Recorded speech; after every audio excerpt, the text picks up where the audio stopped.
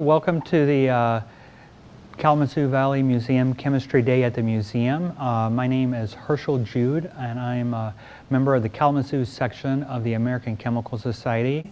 And I'm here today to demonstrate indicators. And an indicator is anything that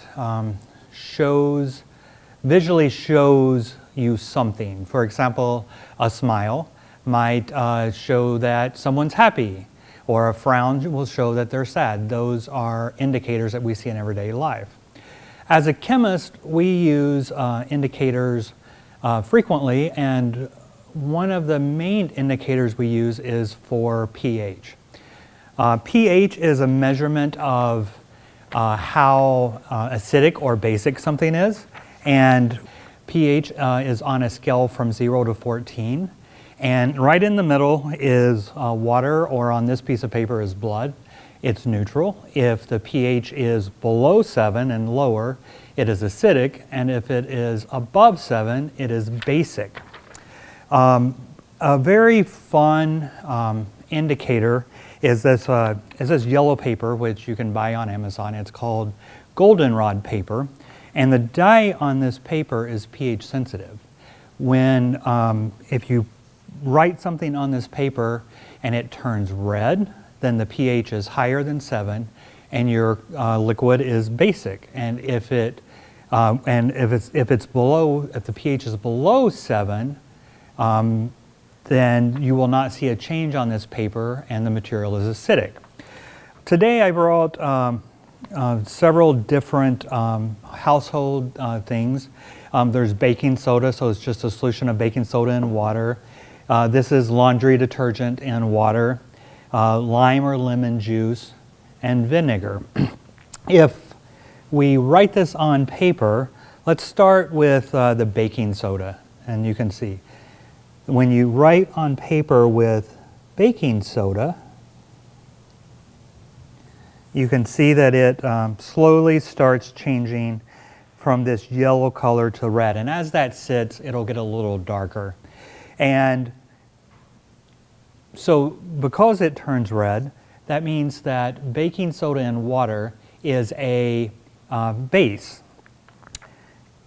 When we look at lemon juice in water, and you write the same thing high on the paper, it's right below the red, you will see that there is no change in the color. Lemon juice is an acid. If you write over the red with the lemon juice, the red color will go away, and the paper will, as it dries, will turn back to yellow, and you can hide what you wrote previously. And then a couple of other things here we can test. Laundry detergent tends to be basic. It will turn the paper red. And you can see that it is not as bright or as dark of a red as the baking soda was. That's an indication that it is not as basic as the baking soda solution. Another common household item is vinegar. When you write on the paper with the vinegar, it is yellow. It does not change color.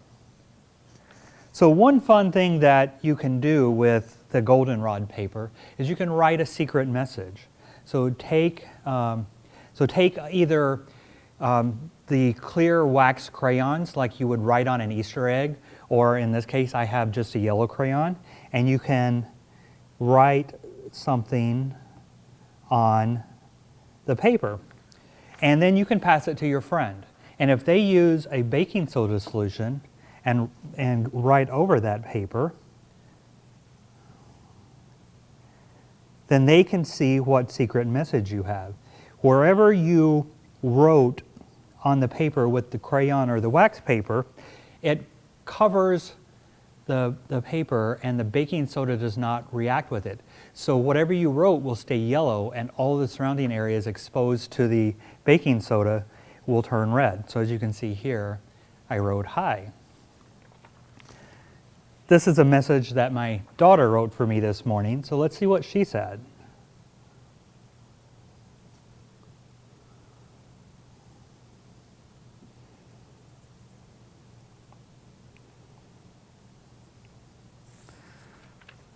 Maybe hard to see, but it says, "I heart Dad." So there are several other indicators that we use in our daily lives as well. Here's one I brought. It's a pool. It's for checking pool water, and this will tell you the pH of the pool water. And in this case, it turns from orange to red for a pH between 6.2 and 8.4. And for pool water, you want it to be just slightly above 7. If the pool water is out of range, it will cause your eyes to burn. So, it's very important to have that right. These are similar type strips that we use in a chemistry lab.